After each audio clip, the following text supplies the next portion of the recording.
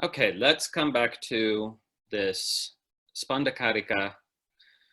Verse 1, Yasyonmesha nimeshabhyam jagata pralayodayao tam shakti chakra vibhava prabhavam shankaram stuma.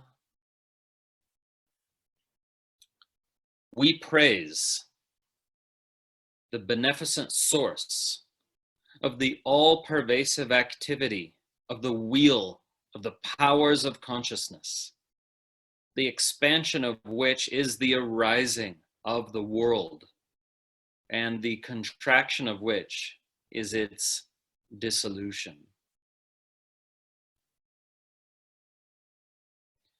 Okay, so there's a couple ways you can read this. We collectively praise, sing the praises of Shankara. Now, Shankara is a name for Shiva, right? And of course, in Shaivism, the word Shiva really just means the divine or God, right? But you can also take it adjectively. You could take Shankara as in the literal meaning of auspicious or beneficent, modifying Prabhavam. So Prabhavam Shankaram, they are agreeing in case, number, and gender. So we can take Shankara as an adjective, the beneficent source, the Prabhava, the source that is Shankara, that is beneficent. Or we could take it as a proper name. We praise Shiva. We praise Shiva Shankara, who's the source. So as you see, I've taken it in the first sense.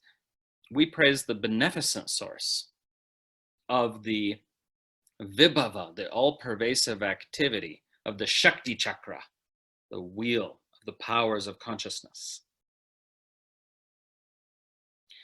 And the tam at the beginning of that second line lends weight to my interpretation, because we praise that Shankara who is the Prabhava.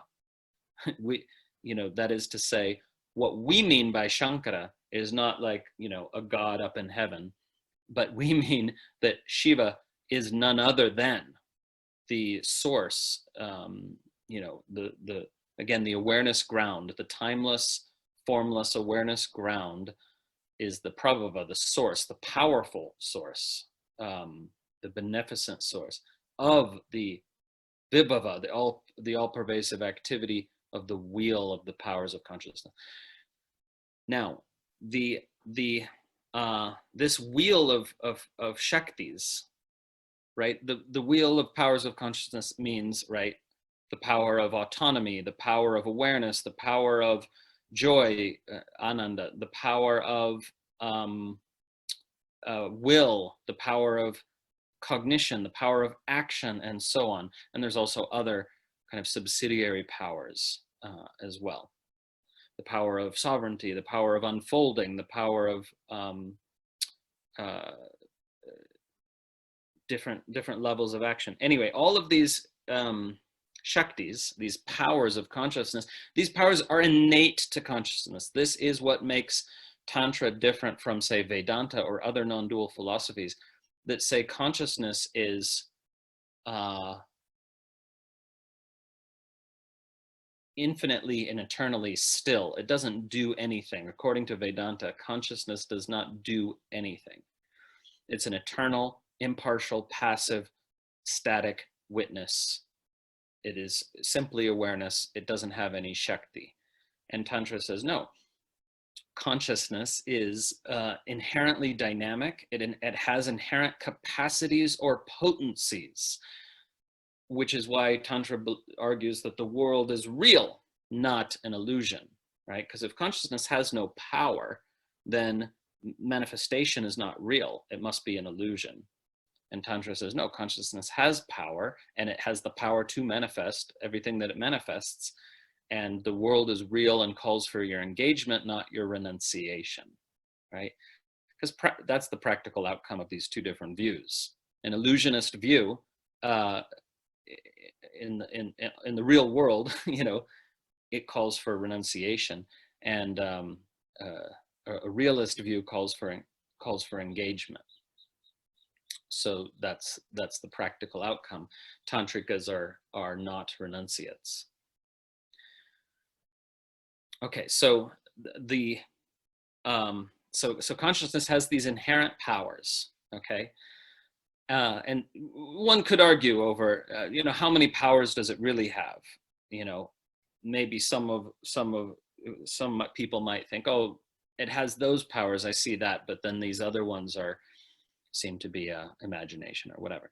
But anyway, regardless, it has some inherent powers that give rise to the pralayodaya, give rise to the or bring about manifestation and reabsorption, manifestation and dissolution of the world.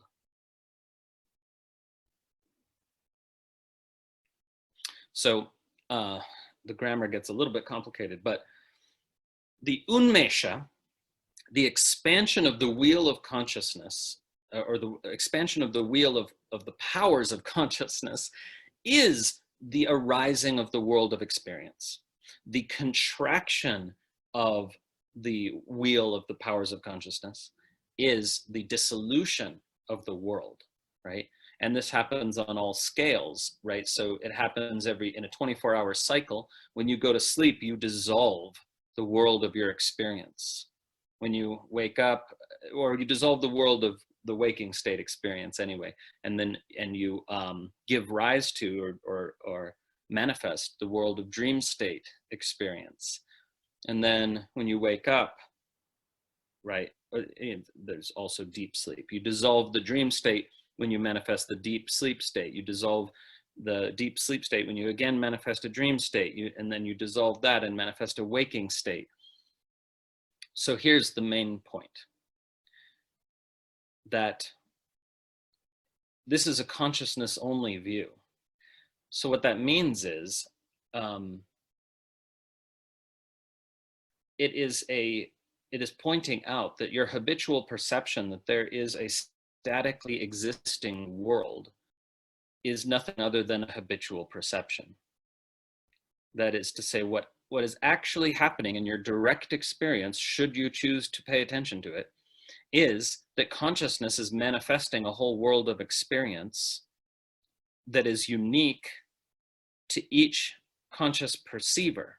Meaning to say, though there's much in common, right? The one infinite consciousness manifesting a world of Harish experience and manifesting a world of David experience and so on. There's a lot of commonality. There's a lot of overlap. But nonetheless, it's also unique, right? Because the world of experience that consciousness has of itself, as seen from the perspective called David, or Ezra, or Margaret, that is a unique world of experience that is actually manifested. It's not that.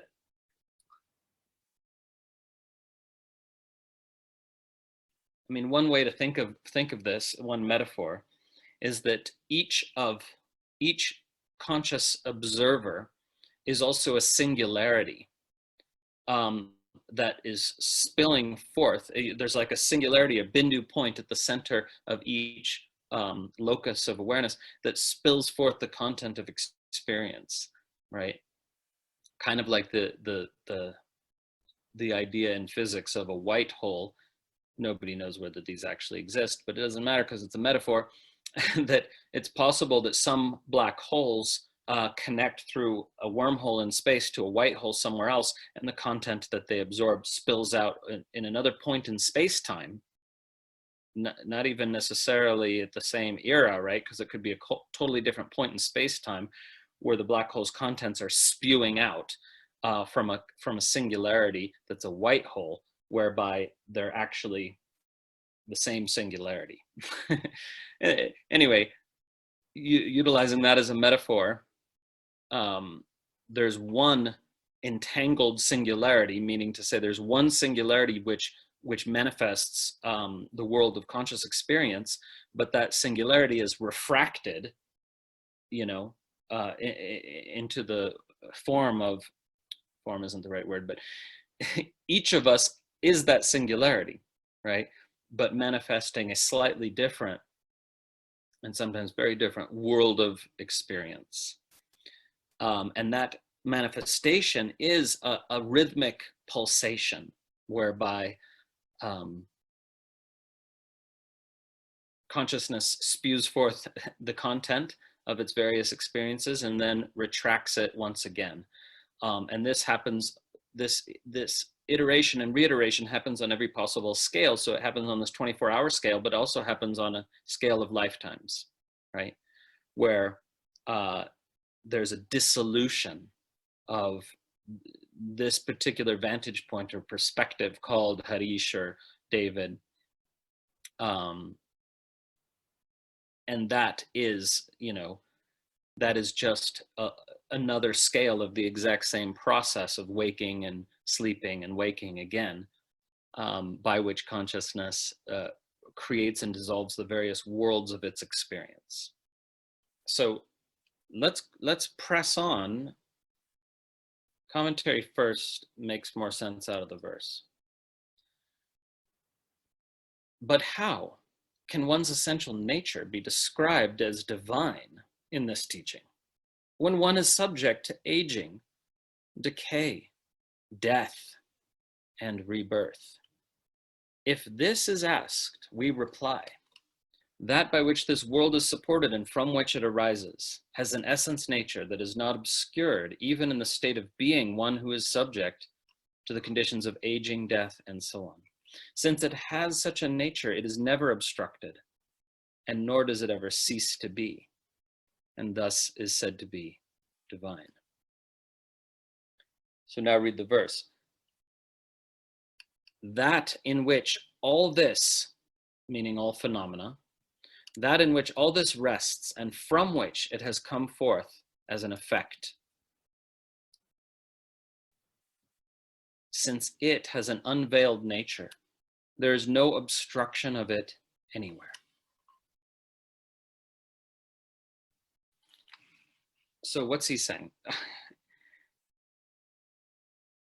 That it only appears as if the truth is veiled. It's actually not veiled.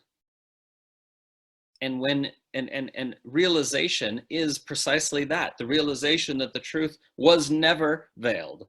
It couldn't be.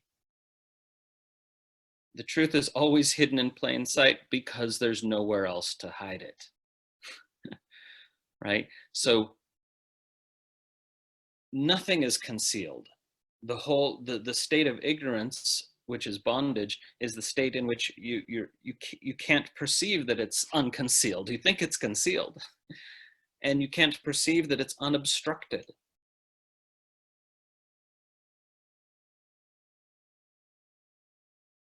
So, two things about this then.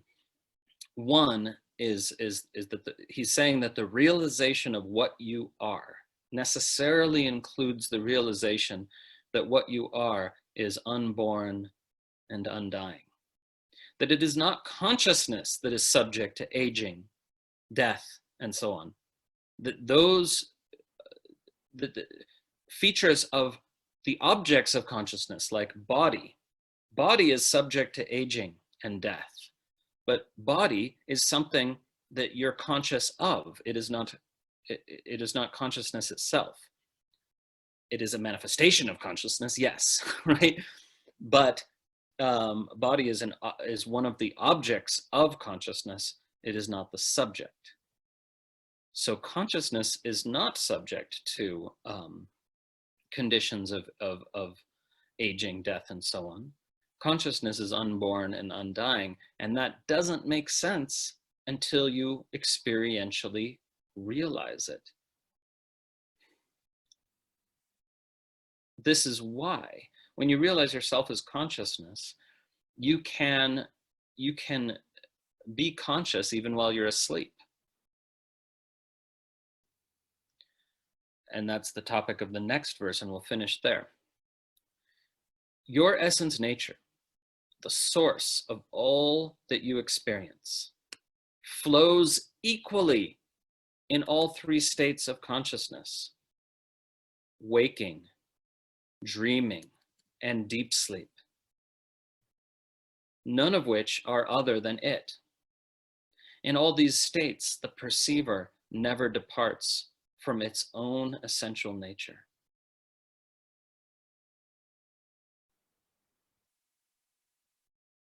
When you know yourself as unborn, undying consciousness, then you can experience all these transformations, like waking, dreaming, and deep sleep, as transformations in the body, in what consciousness manifests through its body mind.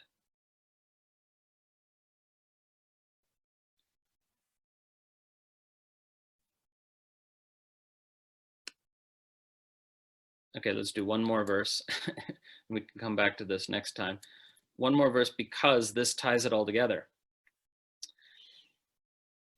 Verse 4, Kallata says, he gives examples of experiences or cognitions. I am happy. I am suffering. I am attached, and so on. Those experiences clearly operate within another larger being, right? They're not independent of consciousness. They're manifestations of consciousness, in which, and so this other larger being is that in which states of happiness, etc., are strung together like beads on a string. The practice is, you ask yourself this simple contemplation question, right? And this is one echoed by Ramana Maharshi and others, but it's here as well. The simple contemplation question is, if you think of a time when you were suffering or grieving or hurting, and if you think of a time when you were happy and joyful, and if you think of another time in which you were just bored, what is it by virtue of which you claim that there's an I who experienced all these, right? Because you say, don't you, I was suffering on that occasion. I was happy on this other occasion. I was bored on this other occasion. What's that I? Meaning to say, what aspect of you is equally present in these three very different experiences by virtue of which you can make this claim? That's what Kallata is calling the thread that the beads are strung on. The beads are the experiences, suffering, happy, bored, whatever. What's the thread? That's the inquiry. And it cannot be answered in words, or at least we're not interested in the verbal conceptual answer. We're interested in the experiential answer. What is it? What is it that was there in all these experiences? It's another way of asking, what is I?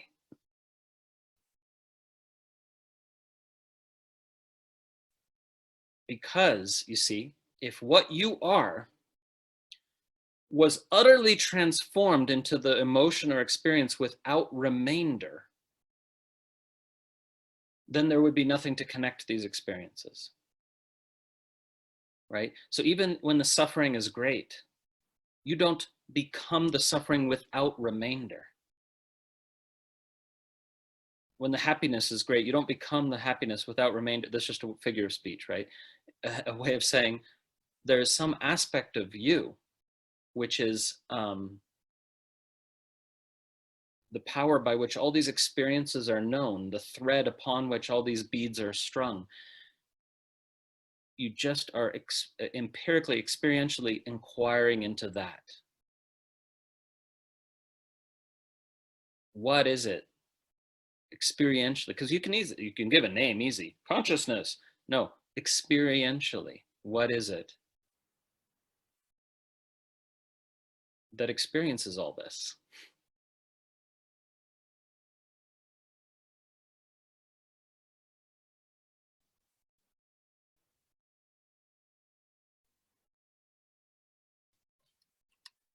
Om.